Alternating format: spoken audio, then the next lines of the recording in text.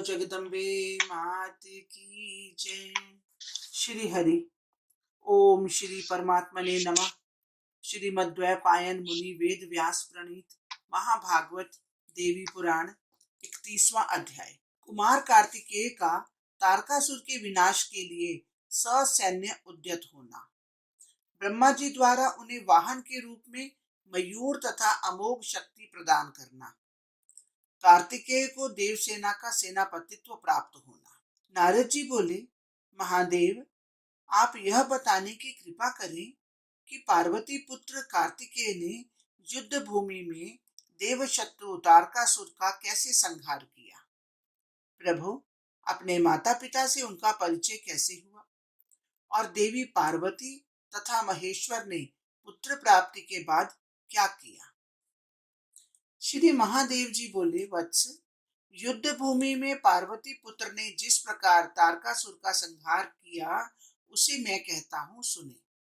साथ ही अपने माता पिता से जिस तरह उनका परिचय हुआ वह संपूर्ण वृत्तांत भी मैं कहता हूँ। आप ध्यान से सुने। एक बार तारकासुर से सम्यक पीड़ित होकर सारे देवता ब्रह्मा जी के पास आए और उन महामती को प्रणाम करके कहने लगे, प्रभु ब्रह्मन, जिस प्रकार यह तारकासुर हम सबको सदा पीड़ित करता रहता है, उसको क्या आप नहीं जानते? क्या हम आपके समक्ष कहें? इस समय उसके संहार के लिए आप महादेव पुत्र महाबली महान देव कार्तिकेय को शीघ्र ही रणभूमि में भेजिए। श्री महादेव जी बोले, उनकी यह बात सुनकर लोक पितामह ब्रह्मा जी ने सभी देवताओं के सामने कार्तिकेय से कहा। ब्रह्मा जी बोले, शिवात्मज, आप सभी लोकों के रक्षक हैं। तात, इस समय तारक दैत्य को मारकर देवताओं की रक्षा करें। तारकासुर के सताए हुए ये देवगण आपका आश्रय लेकर उद्धार प्राप्त करें, इसलिए आप उस देव शत्रु का संहार करें। श्री महादेव जी बोले, तब देवताओं के आगे स्थित महाबलशाली कार्तिकेय जी ने स्निग्ध गंभीर वाणी में उन ब्रह्मा जी से कहा। कार्तिकेय जी बोले, मैं उस दुष्ट और दुर्धर्ष दैत्यराज तारकासुर का युद्ध में संहार करूंगा। मेरे लिए वाहन की व्यवस्था की जाए। श्री महादेव जी बोले, महामुने, ऐसा कहे जाने पर भगवान ब्रह्मा ने शिव पुत्र कार्तिकेय के लिए वायु के समान तीव्रगामी मयूर वाहन प्रदान किया। उन महातेजस्वी कार्तिकेय को तारकासुर का वध करने के लिए स्वर्ण परिष्कृत एक शक्ति भी प्रदान की, जिसकी आभा करोड़ों सूर्य के समान थी। उसके समान महाशक्ति तीनों भुवनों में नहीं है। इस कारण शिव पुत्र कार्तिकेय शक्तिधर इस नाम को भी प्राप्त करेगा। यह लोक पितामह ब्रह्मा जी ने सारी देव सेना की रक्षा के लिए कार्तिकेय को सेनापति बनाकर युद्ध भूमि में भेजा। वे महाबली पराक्रमी कार्तिकेय जी ब्रह्मा जी को साष्टांग प्रणाम कर तथा उस भयावह शक्ति को लेकर मयूर वाहन पर आरूढ़ हो गए। मुने, तदंतर कार्तिकेय जी को आगे करके सभी देवता युद्ध करने के लिए दैत्य राज तारकासुर की नगरी की ओर आए। तदंतर आते हुए उन देवताओं के घोर कोलाहल को सुनकर अपने असुर समूह के साथ दैत्यराज युद्ध के लिए तत्पर हुआ।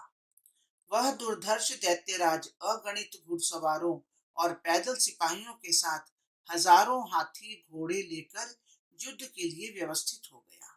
श्रेष्ठ मयूर वाहन पर आरूढ़, हाथ में चमकती हुई शक्ति धारण किए और सभी देवताओं से घिरे सेनानी कार्तिकेय को आता देखकर तारकासुर भी स्वर्ण मंडित रथ पर आरूढ़ होकर निकल पड़ा।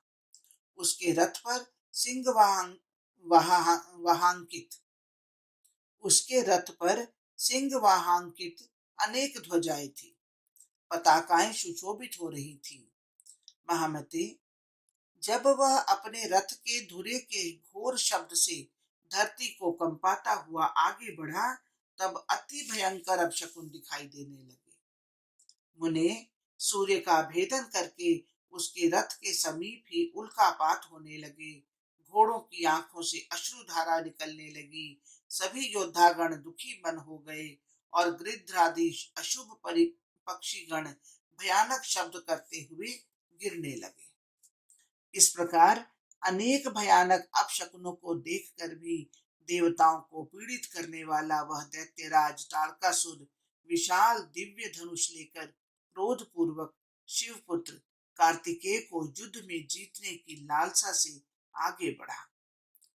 जिनकी माता स्वयं युद्ध भूमि में सभी श्रेष्ठ दैत्यों का संहार करने वाली पर्वतराज हिमालय की पुत्री भगवती पार्वती हैं, तथा जिनके पिता प्रलयंकारी रुद्र हैं, उन शक्ति संपन्न कार्तिकेय को पराजित करने में कौन समर्थ है।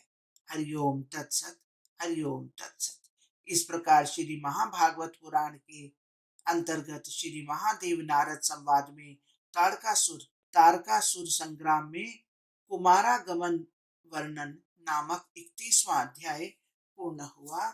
बोलो जगदम्बे मात की जय। हे महामाया, ये पाठ पढ़ने में, सुनने में, सोचने में, समझने में जहां भी कहीं कोई त्रुटि हुई हो उसके लिए हम क्षमा प्रार्थी हैं माँ।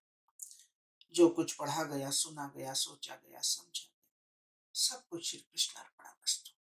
हे कृष्ण, आप इसे स्वीकार करें। जय जय श्री राधे, जय जय श्री राधे, जय जय श्री राधे।